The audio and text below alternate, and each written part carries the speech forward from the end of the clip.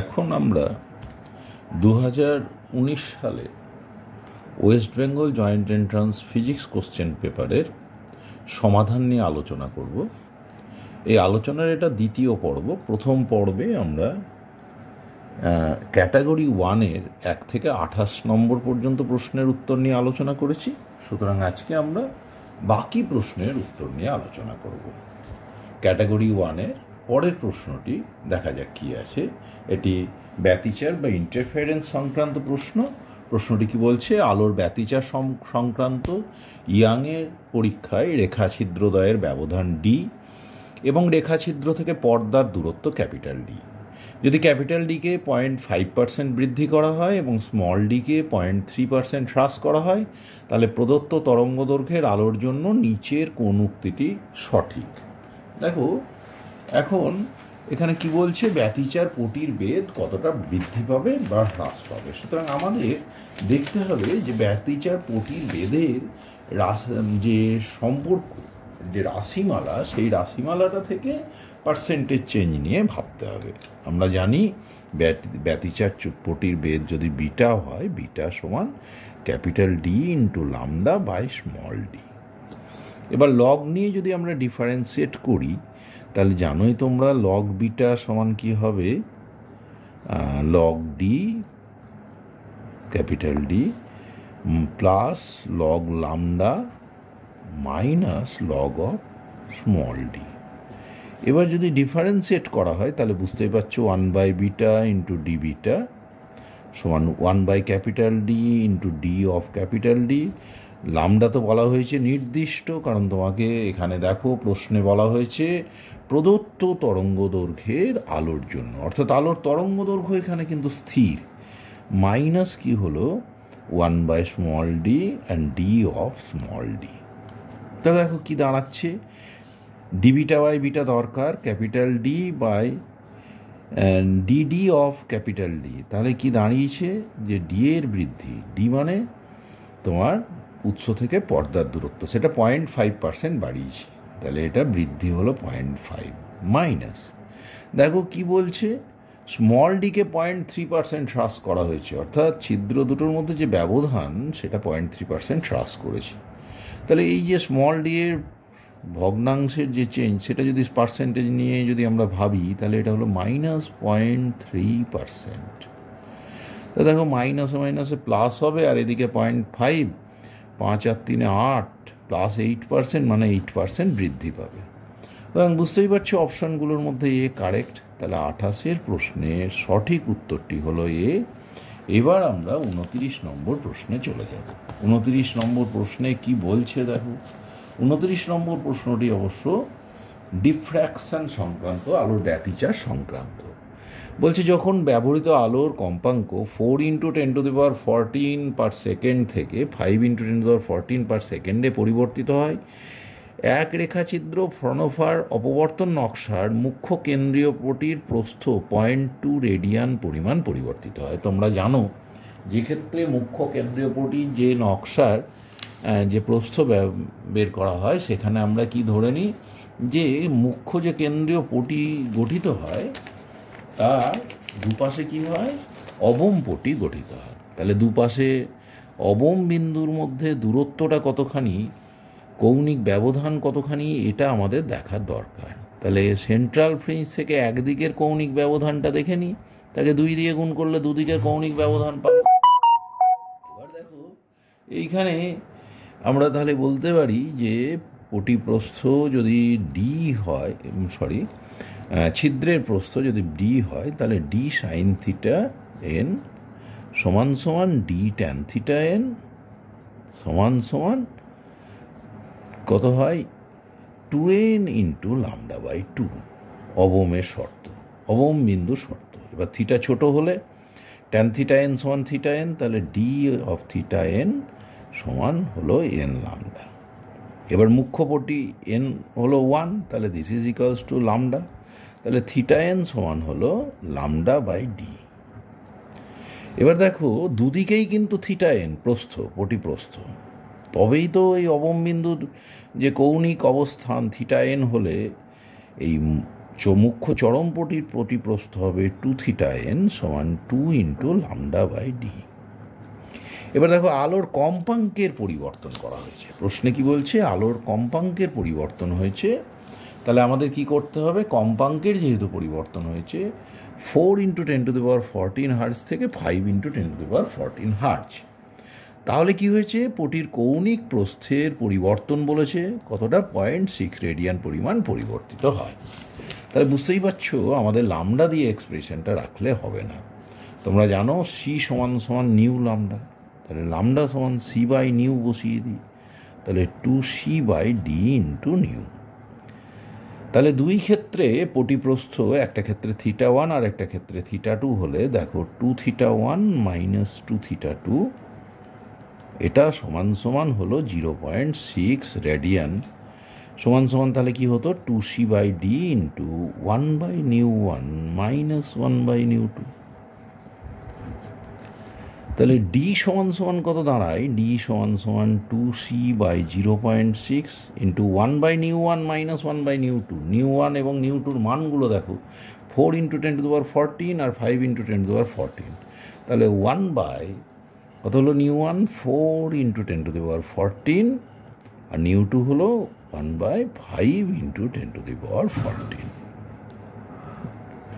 তা দেখো কি দাঁড়ায়? সি এর মান 3 × 10⁸ মিটার/সেকেন্ড বসিয়ে দিলাম, এটা 0.6, এখানে লসাগু হয়ে গেল 4 × 5 = 20 × 10⁻14, তাহলে উপরে হলো 5 - 4 মানে 1। তাহলে দেখো কত দাঁড়াচ্ছে? 6/0.6 ইন্টু 10⁸ ইন্টু 10⁻14।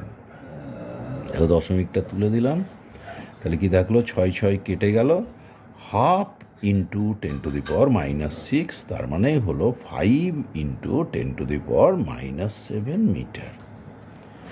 তাহলে বুঝতেই পারছো পটিপ্রস্থ যেটা চেয়েছিল, যেটা কিনা স্মল ডি, সেটা আমাদের কত বেরোলো? 5 ইন্টু 10⁻⁻7 মিটার।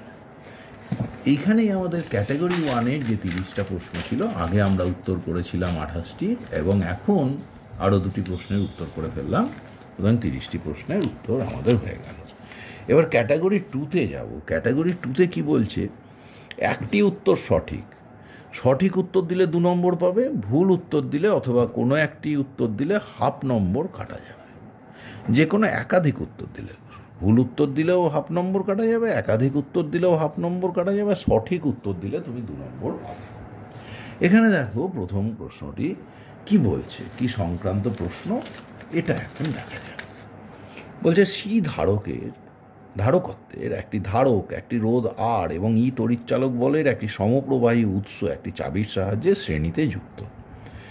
চাবিটি বন্ধ করা হলে ধারকটি আহিত হতে শুরু করে। যতক্ষণ ধরে ধারকটি সম্পূর্ণ আহিত হবে ততক্ষণ আর রোধের মধ্যে দিয়ে শক্তি অবক্ষয়ের পরিমাণ কত হবে? তাহলে ধারকটা পুরো যদি আহিত হয়ে যায়, শক্তি অবক্ষয়ের পরিমাণ তোমার কাছে চেয়েছে। ধরো তড়িৎচালক বলের উৎসের তড়িৎচালক বল হলো ই। এটা কিভাবে ব্যয় হয় বলো তো? ই সমান রোধের এগেনস্টে যা বিভব প্রভেদ কাজ করে প্লাস ধারকে সঞ্চিত যে শক্তি, সেই হিসেবে পেতে পারি। তাহলে ই কিউ সমান V Q plus 1/2 C into E square, এটা লিখতে পারি ধারকে সঞ্চিত শক্তি। তা দেখো এই ই কিউ মানেই কত? দেখো তোমার ধারকে যে পরিমাণ চার্জ সঞ্চিত থাকে কিউ সমান সি, তাহলে ই কিউ মানে কত? ই কিউ মানে সি ইন্টু ই স্কোয়ার সমান ওই বিভব বা রোধের এগেনস্টে যে ওয়ার্ক ডান সেটা ভি কিউ, যে এনার্জি ক্ষয় হয়, প্লাস 1/2 সি স্কোয়ার। এবার দেখো যদি আমরা ভি কিউকে কষি, ভি কিউ সমান C square minus 1/2 C square মানে 1/2 C into E square. C square থেকে 1/2 সি স্কোয়ার যদি বাদ যায় তাহলে আর 1/2 সি স্কোয়ার পড়ে থাকে। সুতরাং যে শক্তি অবক্ষয় হবে তার পরিমাণ হবে 1/2 সি স্কোয়ার। আমাদের কারেক্ট আনসার হলো এ। তাহলে 31-এর প্রশ্নের সঠিক উত্তর হলো এ। এই সঠিক উত্তরটি বাছলেই তুমি 2 নম্বর পেতে পারো, কিন্তু যদি ভুল উত্তর বেছে ফেলো বা একাধিক উত্তর করে ফেলো তাহলে কিন্তু হাফ নম্বর মাইনাস হয়ে যাবে তোমার প্রাপ্ত নম্বর থেকে। নেক্সট কোশ্চেনে আসলে পরবর্তী প্রশ্নে কি বলছে সেটা দেখা যাক। এটাও ক্যাটাগরি 2 এর প্রশ্ন। প্রশ্নে বলছে যে একটি অনুভূমিক অগ্নি নির্বাপক হোস পাইপের 5/√21 × 10⁻³ মিটার কিউব ক্ষেত্রফল বিশিষ্ট সরুমুখ থেকে 10 সেকেন্ডে 1 ঘনমিটার জল নির্গত হয়। 10 সেকেন্ডে 1 ঘনমিটার জল নির্গত হয়। যখন এই জল একটি দৃঢ় দেওয়ালে আঘাত করে তখন তার সর্বাধিক সম্ভাব্য উষ্ণতা বৃদ্ধি কত হবে? অভিকর্ষের প্রভাব উপেক্ষা করতে বলেছে।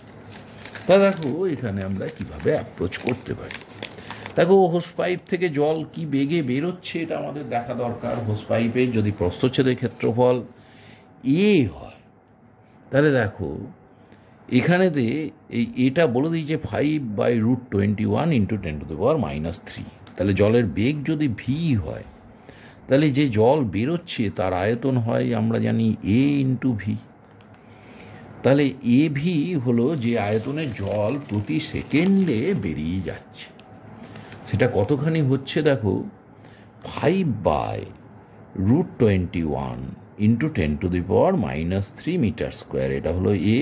ভি এর মান জানি না, এটা প্রতি সেকেন্ডে এতটা জল বেরোচ্ছে, কিন্তু বলেছে 10 সেকেন্ডে 1 ঘনমিটার, তার মানে 1 সেকেন্ডে বেরোচ্ছে 1/10 ঘনমিটার।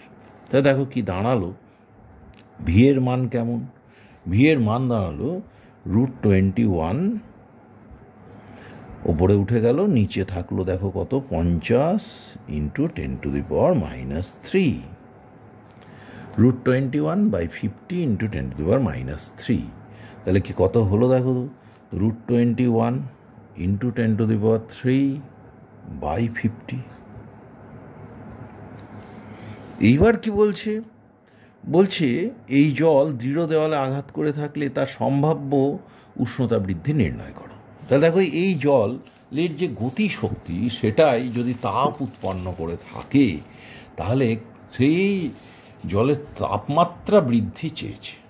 তাহলে জলের গতিশক্তি কত? 1/2 mv²। জলের ভর যদি m হয় তাহলে 1/2 mv²। আমরা SI করছি, সুতরাং জে এর মান 1 সমান mst, m কেজি জল। এস কত? জলের আপেক্ষিক তাপ কিন্তু SI 4200 × টি কেলভিন উষ্ণতা বৃদ্ধি। টি কেলভিন উষ্ণতা বৃদ্ধি বা 1 কেলভিন বৃদ্ধি মানেই তো 1 ডিগ্রি সেন্টিগ্রেড বৃদ্ধি, সুতরাং যে মানটা পাবো সেটা কেলভিনেও বৃদ্ধি পেতে পারি বা ডিগ্রি সেন্টিগ্রেডেও বৃদ্ধি পেতে পারি। দেখো দুই পক্ষ থেকে এম কেটে গেল। তাহলে টি এর মান হলো কত? টি এর মান হলো v²/2 × 4200। তাহলে v² মানটা আমরা কষে ফেলি। v² কত? √21 × 10⁻³ মানে 21 × 10⁻6 বাই নিচে কত আছে 50² 2 × 50² মানে 2500 × 4200। এবার দেখো 21 × 2 = 42, তাহলে এটা 200 হলো। উপরে আছে 10⁻6, নিচে কি হলো? 2 0 আর 2 0 4টে, তাহলে × 10⁻4। 25 × 2 = 50, 2 × 100, তাহলে সব শুদ্ধ কাটাকুটি হয়ে হলো 10⁻6/10⁻6 মানে 1। তাহলে জলের উষ্ণতা বৃদ্ধি কত দাঁড়ালো? 1 ডিগ্রি সেন্টিগ্রেড। তাহলে দেখো বলছে যে সর্বাধিক সম্ভাব্য উষ্ণতা বৃদ্ধি হলো 1 ডিগ্রি সেন্টিগ্রেড। সুতরাং 32 প্রশ্নের সঠিক আনসার হলো এ। 32 নম্বর প্রশ্নের সঠিক আনসার এ। এইবার আমরা 33 নম্বর প্রশ্নে চলে যাব। 33 নম্বর প্রশ্নে কি বলছে সেটা দেখা যাক। 33 নম্বর প্রশ্নে বলছি বরফের দুটি অনুরূপ ব্লক বিপরীত অভিমুখে সমান দ্রুতিতে চলমান হয় এবং একে অন্যকে ধাক্কা দেয়। যদি ব্লক দুটির প্রত্যেকটির প্রাথমিক উষ্ণতা -8 ডিগ্রি সেন্টিগ্রেড হয় তবে ব্লক দুটি সম্পূর্ণ গলনের জন্য প্রয়োজনীয় সর্বনিম্ন দ্রুতি কত হবে? দেখো দুটো অনুরূপ ব্লক বিপরীত দিক থেকে এসে ধাক্কা দিল।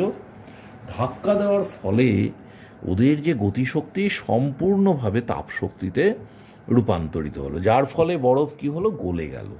তাহলে ওদের দ্রুতি চেয়েছে, দুটি অনুরূপ ব্লক বিপরীত দিক থেকে সমান দ্রুতিতে চলমান। তাহলে প্রত্যেকটার দ্রুতি যদি ভি হয় এবং ভর এম হয়, তাহলে তাদের মোট গতিশক্তি ছিল half M V square.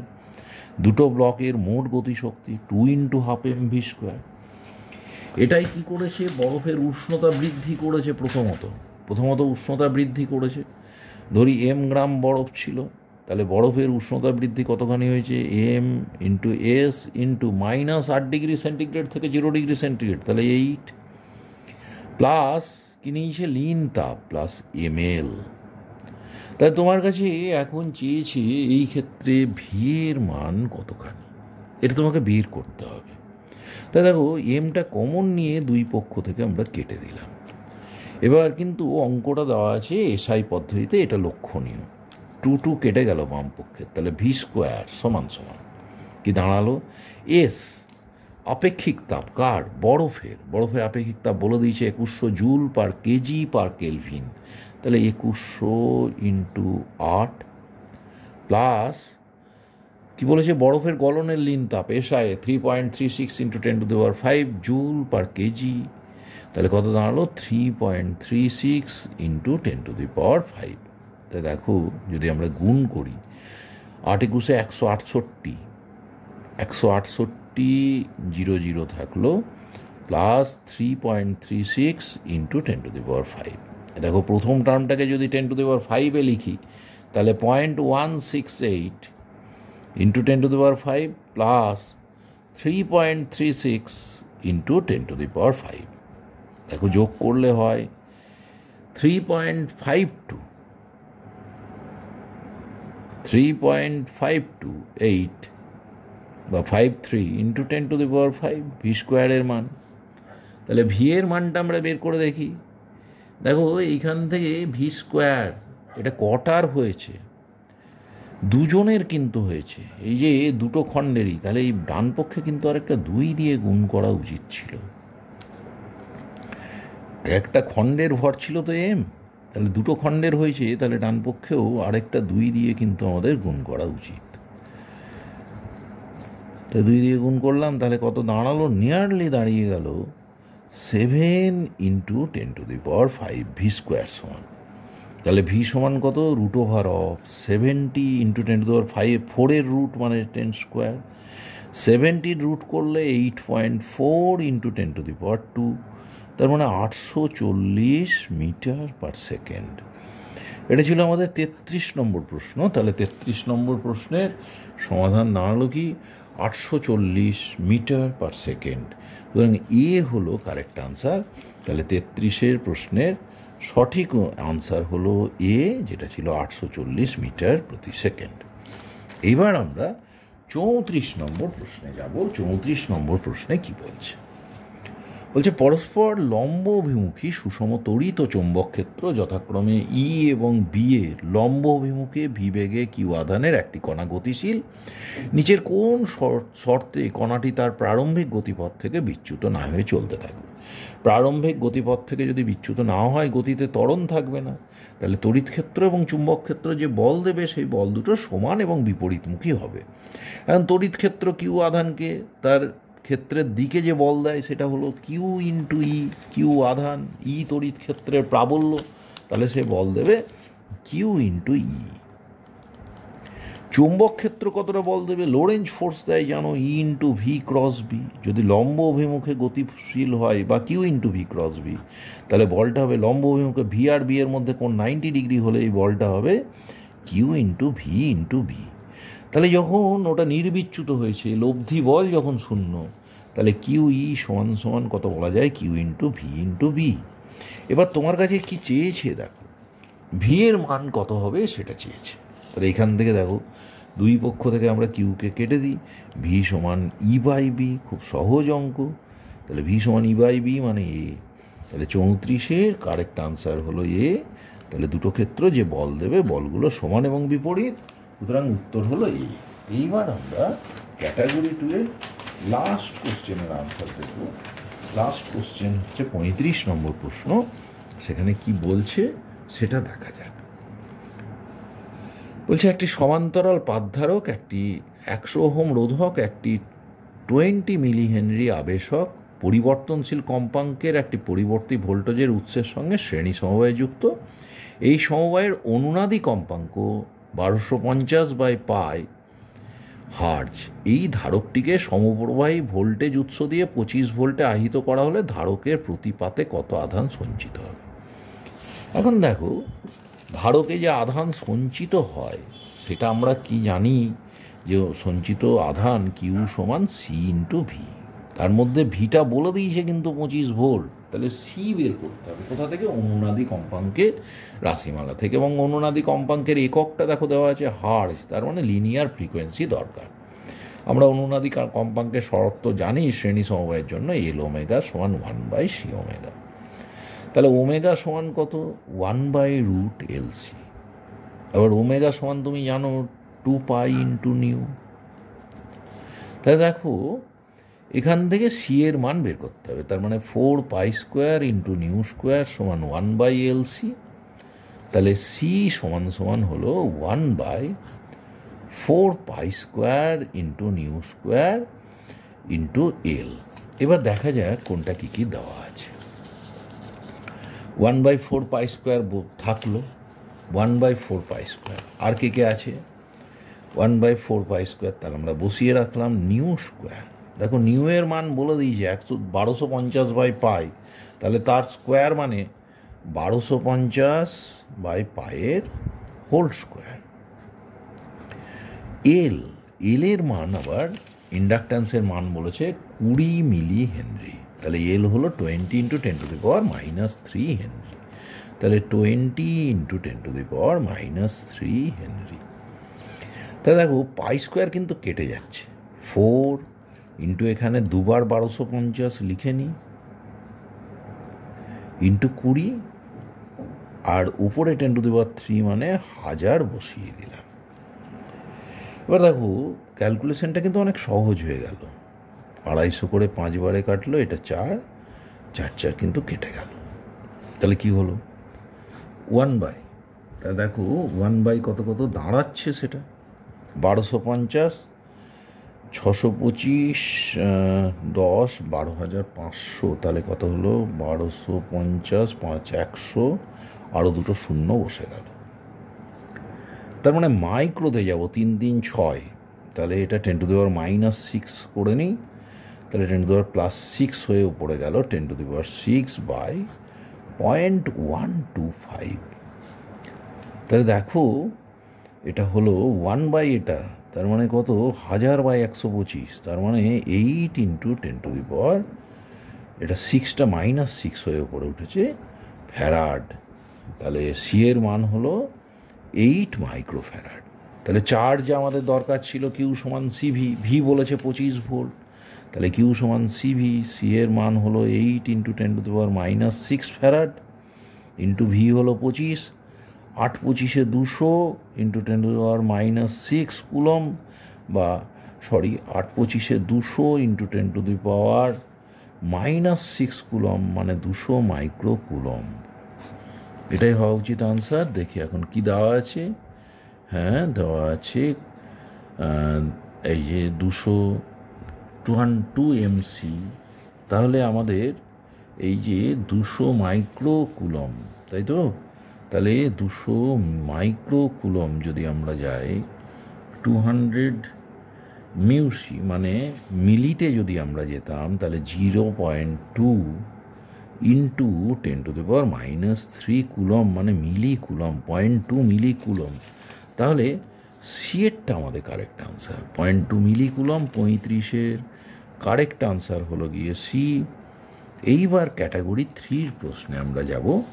Category 3-র প্রশ্ন হলো মাল্টি কারেক্ট অ্যান্সার টাইপ, এবং সেখানে সঠিক উত্তর যতগুলো কারেক্ট আনসার আছে সবগুলো উত্তর করলে তুমি 2 নম্বর পাবে, আর যদি কোনো ভুল উত্তর করো তাহলে 0 নম্বর পাবে, আর যদি তুমি 3টের মধ্যে একটা ঠিক করো তাহলে একটার জন্য 2-এর 3 করে পাবে। 3টে সঠিক উত্তরে একটা যদি খোঁজো, 2টো যদি সঠিক খোঁজো 2-এর 3 পাবে।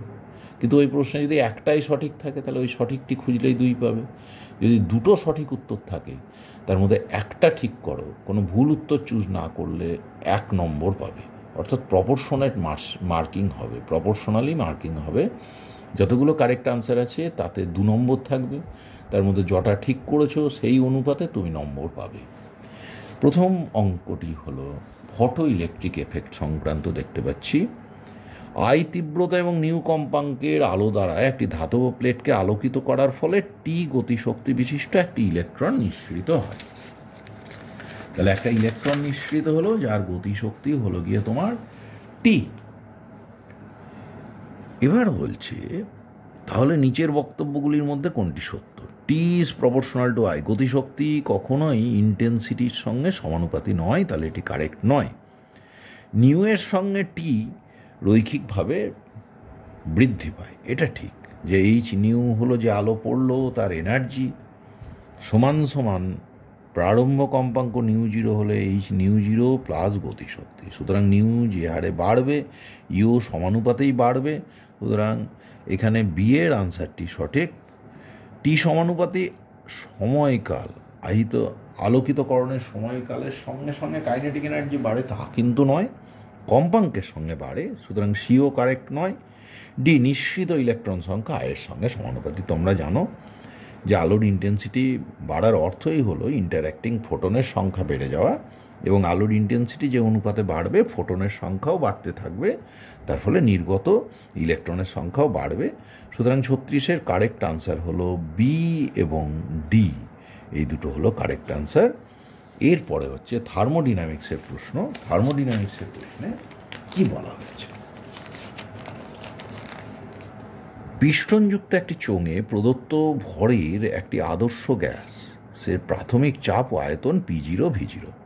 এই অবস্থায় গ্যাসটির উষ্ণতা পারিপার্শ্বিক উষ্ণতা T0-র সঙ্গে সমান। একে তাপ নিরুদ্ধভাবে V0/2-তে আয়তনে সংনমিত করা হলো, অর্থাৎ এখানে অ্যাডায়াবেটিক চেঞ্জ ঘটলো। তারপর গ্যাসটিকে পারিপার্শ্বের সঙ্গে সাম্যাবস্থায় আসতে দিলে কত পরিমাণ তাপ পারিপার্শ্বে নির্গত হবে? তাহলে দেখো, প্রথমত অ্যাডায়াবেটিক চেঞ্জ হয়েছে। অ্যাডায়াবেটিক চেঞ্জ হওয়ার ফলে সিস্টেম কিছুটা কাজ করেছে, যতটা তাপ উৎপন্ন হয়েছে সেটা তো আর পারিপার্শ্বে এক্সচেঞ্জ করতে পারেনি, তাহলে সেই পরিমাণ তাপ সে পারিপার্শ্বকে ছেড়ে দেবে। তাহলে সিস্টেম কতটা কাজ করেছে সেটা দেখি।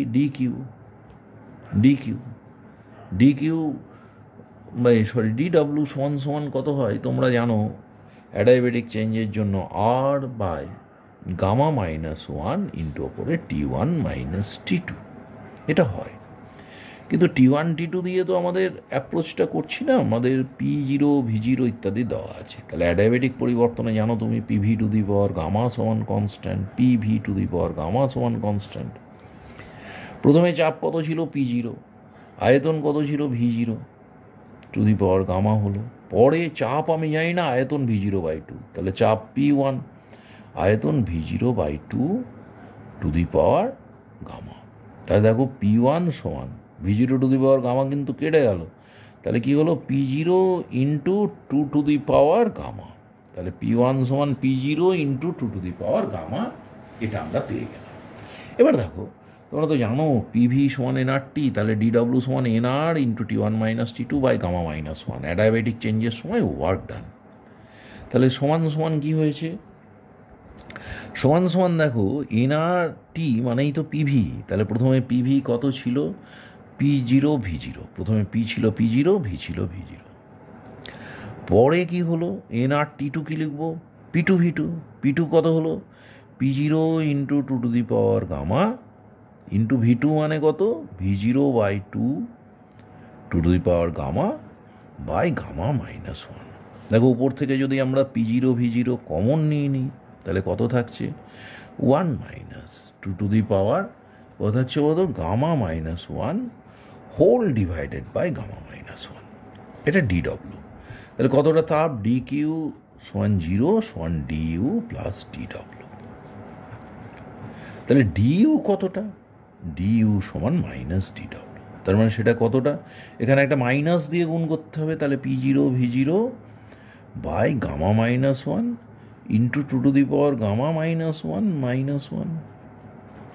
তাই দেখো এই যে এতটা ইন্টারনাল এনার্জি চেঞ্জ হয়েছে, সিস্টেমের যে উষ্ণতা, প্রাথমিক উষ্ণতায় যদি ফিরে আসতে হয় তাহলে কী হবে, এতটা এনার্জি তাকে রিলিজ করে দিতে হবে। তাহলে পারিপার্শ্বকে যে তাপ দেবে, যে সংক্রান্ত প্রশ্ন এখানে বলা হয়েছে, তার পরিমাণটা তাহলে কতটা হবে বুঝতেই পারছো। এখানে মাল্টি অপশানে কোশ্চেন হলেও কত পরিমাণ তাপ পারিপার্শ্বকে দেবে, হয় চারটের মধ্যে কিন্তু একটাই কারেক্ট হবে, এবং সেটা হয়ে গেল আমাদের বি, যে P0 V0।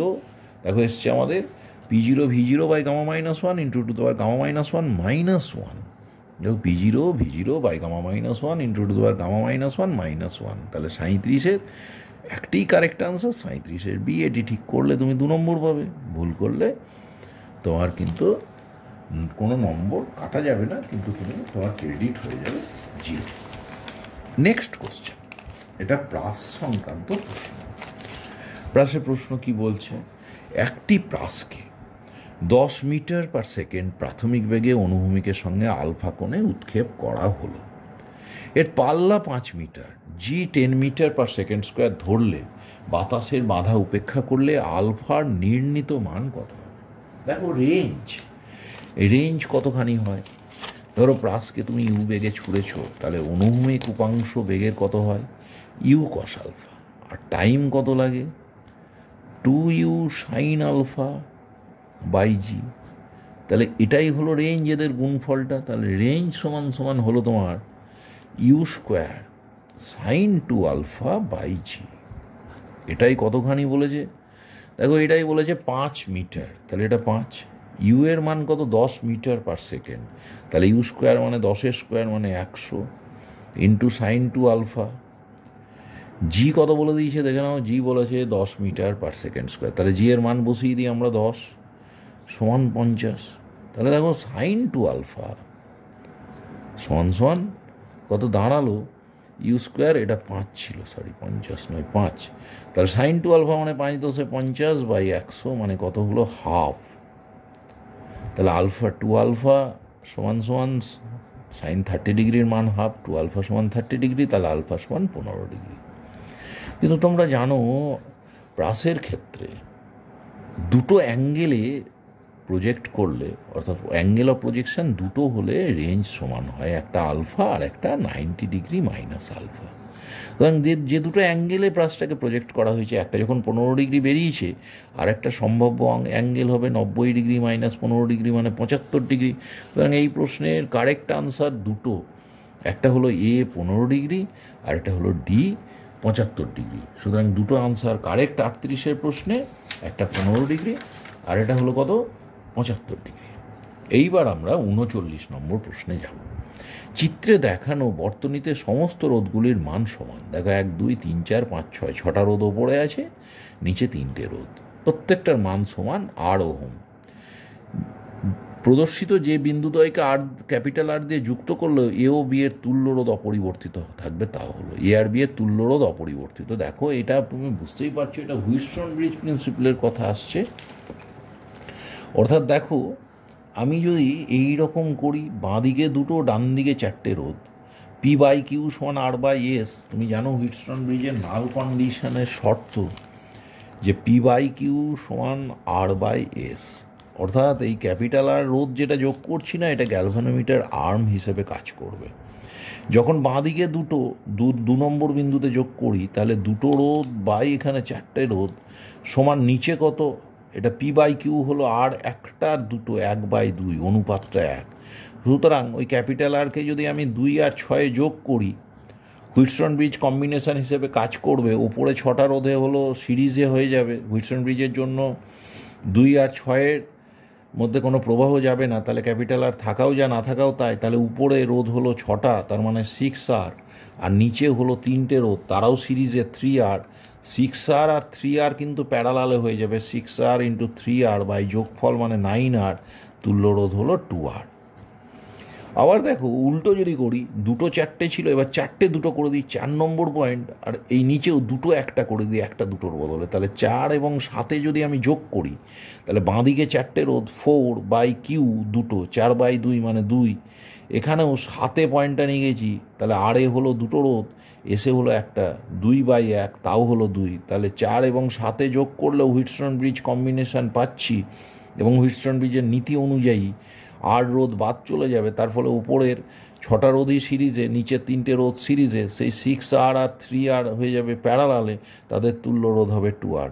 সুতরাং আমরা রোধগুলোকে যোগ করতে পারি কোথায় কোথায়, 2 আর 6 নম্বর বিন্দুতে, অথবা 4 এবং 7 নম্বর বিন্দুতে। সুতরাং কারেক্ট আনসার হলো 39-এর হয় এ অথবা কারেক্ট আনসার হলো সি। এ এবং সি কারেক্ট আনসার। তুমি যদি দুটোই চুজ করো 2 নম্বর পাবে, এদের মধ্যে একটি চুজ করো তাহলে 1 নম্বর পাবে, কিন্তু ভুল করে যদি বি বা ডি চুজ করো, তারপরে যাকেই চুজ করো না কেন তোমার নম্বর হয়ে যাবে কিন্তু 0। এরপরে শেষ প্রশ্ন, প্রশ্নপত্রের শেষ প্রশ্ন, এটা ইন্ডাকশান তড়িৎ চুম্বকীয় আবেশ সংক্রান্ত প্রশ্ন। প্রশ্নটা কি বলছে আমাদের দেখা যায়। একটি ধাতব লুপকে একটি সুষম চৌম্বক ক্ষেত্র বিতে রাখা হলো, যাতে লুপটির তল বি এর সঙ্গে লম্বভাবে থাকে। নিচের কোন বা কোন কোন শর্তে লুপের তড়িৎচালক বল আবিষ্ট হবে? তুমি তো জানো লুপে তড়িৎচালক বল আবিষ্ট হওয়ার শর্তই হলো ই সমান d∅dt। আর দেখো this is d/dt of phi মানে B A into cos theta. তাহলে কি করতে পারো, হয় ক্ষেত্রফলের চেঞ্জ করতে পারো সময়ের সাপেক্ষে, বি তো কনস্ট্যান্ট, অথবা অ্যাঙ্গেল চেঞ্জ করতে পারো। এটা দুভাবে সম্ভব। চাপ দিয়ে তলের ক্ষেত্রফল যদি কমানো যায় তাহলে এরিয়া চেঞ্জ হলো, এরিয়া চেঞ্জ হলে d/dt নন জিরো।